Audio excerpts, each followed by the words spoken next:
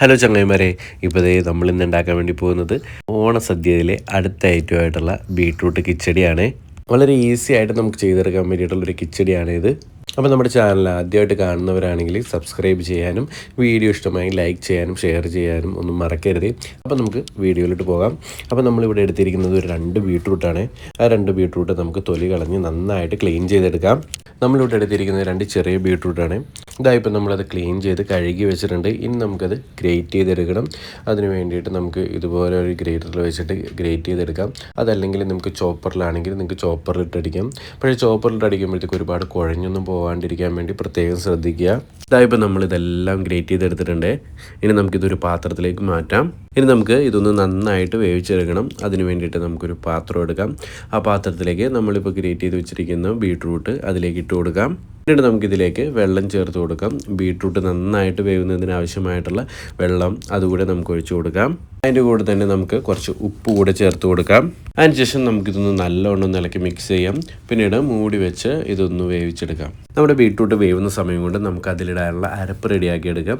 അതിന് വേണ്ടിയിട്ട് നമ്മൾ ഒരു ബൗളിൽ തേങ്ങാപ്പീര എടുത്തിട്ടുണ്ട്. പിന്നീട് നമുക്ക് വേണ്ടത് ജീരകമാണ്. ജീരകവും നമ്മൾ കുറച്ച് എടുത്തിട്ടുണ്ട്. അതിൻ്റെ കൂടെ തന്നെ നമുക്ക് ഒരു പച്ചമുളകും കൂടി എടുത്തിട്ടുണ്ട്. പച്ചമുളകിന് നല്ല എരിവാണ്, അപ്പോൾ അതുകൊണ്ടാണ് ഒരു പച്ചമുളക് എടുത്തത്. പിന്നീട് നമുക്ക് വേണ്ടത് തൈരാണ്. തൈര് ഇതുപോലെ ലൂസാക്കി എടുത്തിരിക്കുന്ന തൈരാണ്. ഇതായപ്പോൾ നമ്മുടെ ബീട്രൂട്ടൊക്കെ നല്ലവണ്ണം ഒന്ന് വെന്തിട്ടുണ്ട്. അതിൻ്റെ വെള്ളമൊക്കെ ഏകദേശം നല്ലവണ്ണം വറ്റിയിട്ടുണ്ട്. ഇനി നമുക്ക് നമ്മൾ അരച്ച് വെച്ചിരിക്കുന്ന ആ തേങ്ങയുടെ അരപ്പ് നമുക്കിതിലേക്ക് ചേർത്ത് കൊടുക്കാം. അത് ചേർത്ത് കൊടുത്തതിന് ശേഷം നമുക്കിതൊന്ന് നല്ലവണ്ണം ഇളക്കി മിക്സ് ചെയ്യാം. ഇനി നമുക്ക് ഇതിൻ്റെ ആ ഒരു പച്ചമണം, ഈ തേങ്ങാപ്പീരയുടെയൊക്കെ ആ ഒരു പച്ചമണം മാറുന്നത് വരെ നമുക്ക് ഇളക്കി മിക്സ് ചെയ്യാം. അതിനുശേഷം നമുക്ക് അടപ്പ് ഓഫ് ചെയ്യാം. പിന്നീട് നമ്മൾ നേരത്തെ എടുത്ത് വെച്ചിരിക്കുന്ന ആ ഒരു തൈരുണ്ടല്ലോ, ആ ഒരു തൈര് നമുക്ക് ഇതിലേക്ക് ഇട്ട് കൊടുക്കാം. അടപ്പ് ഓഫ് ചെയ്തതിന് ശേഷം മാത്രമേ തൈരിടാൻ പാടുള്ളൂ, അതല്ലെങ്കിൽ തൈര് ചിലപ്പോൾ പൊട്ടിപ്പോകും. അപ്പോൾ അതുകൊണ്ട് നമ്മൾ അടപ്പ് ഓഫ് ചെയ്തതിന് ശേഷം തൈരിട്ട് കൊടുക്കുക. പിന്നീട് നമുക്കിതൊന്ന് നല്ലവണ്ണം ഇളക്കി മിക്സ് ചെയ്യാം. അപ്പോൾ നമ്മളിപ്പോൾ നല്ലവണ്ണം ഇളക്കി മിക്സ് ചെയ്തിട്ടുണ്ട്. ഇനി നമ്മൾ ചെയ്യാൻ വേണ്ടി പോകുന്നത് നമുക്ക് ഒന്ന് വറപൊട്ടിച്ചിടണം. അപ്പോൾ അതിന് വേണ്ടിയിട്ട് നമുക്കിത് പാത്രം ഒന്ന് മാറ്റി വെച്ചിട്ട് വേറൊരു പാത്രം എടുക്കാം.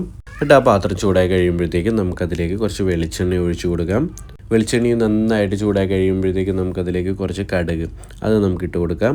കടുക് എല്ലാം ശടപടേ എന്ന് പറഞ്ഞ് പൊട്ടി കഴിയുമ്പോഴത്തേക്കും നമുക്കതിലേക്ക് ഉണക്കമുളക്, അത് നമുക്കൊരു 2-3 ഉണക്കമുളക് നമുക്കത് നെടുകെ കീറിയത് അതിലേക്ക് ഇട്ട് കൊടുക്കാം. പിന്നീട് വേണ്ടത് കറിവേപ്പിലയാണ്. അത് നമുക്ക് കുറച്ച് അതിനകത്ത് ഇട്ട് കൊടുക്കാം. അതിനുശേഷം നമുക്കിതൊന്ന് നല്ലവണ്ണം ഇളക്കി മിക്സ് ചെയ്യുക. ഇനി നമുക്ക് നമ്മൾ നേരത്തെ ചെയ്തു വെച്ചിരിക്കുന്നതിലേക്ക് നമ്മളിപ്പോൾ വറപൊട്ടിച്ചതും കൂടി ഒഴിച്ചു കൊടുക്കുക. ഇത്രയുള്ള നമ്മുടെ ഈസി ആയിട്ടുള്ള ബീട്രൂട്ട് കിച്ചടി ഇവിടെ റെഡി ആയിട്ടുണ്ട്. വളരെ ഈസി ആയിട്ട് നമുക്ക് ചെയ്തെടുക്കാൻ പറ്റിയിട്ടുള്ള ഒരു കിച്ചടിയാണിത്. നമ്മുടെ ഓണസദ്യയിൽ മെയിൻ ഐറ്റങ്ങളിൽ ഒന്നാണ് ഈ കിച്ചടി എന്ന് പറയുന്നത്. ഇനി നമുക്ക് ഇതൊന്ന് മൂടി വയ്ക്കാം. അപ്പോൾ നിങ്ങളെല്ലാവരും ഇതൊന്ന് ട്രൈ ചെയ്ത് നോക്കുക. നിങ്ങൾക്ക് ഈ വീഡിയോ ഇഷ്ടമായെങ്കിൽ ലൈക്ക് ചെയ്യുക, ഷെയർ ചെയ്യുക, സബ്സ്ക്രൈബ് ചെയ്യുക. അപ്പോൾ നമുക്ക് ഓണത്തിൻ്റെ അടുത്ത റെസിപ്പി ആയിട്ട് കാണാം. അതുവരെ എല്ലാവർക്കും ബൈ ബൈ, ടേക്ക് കെയർ.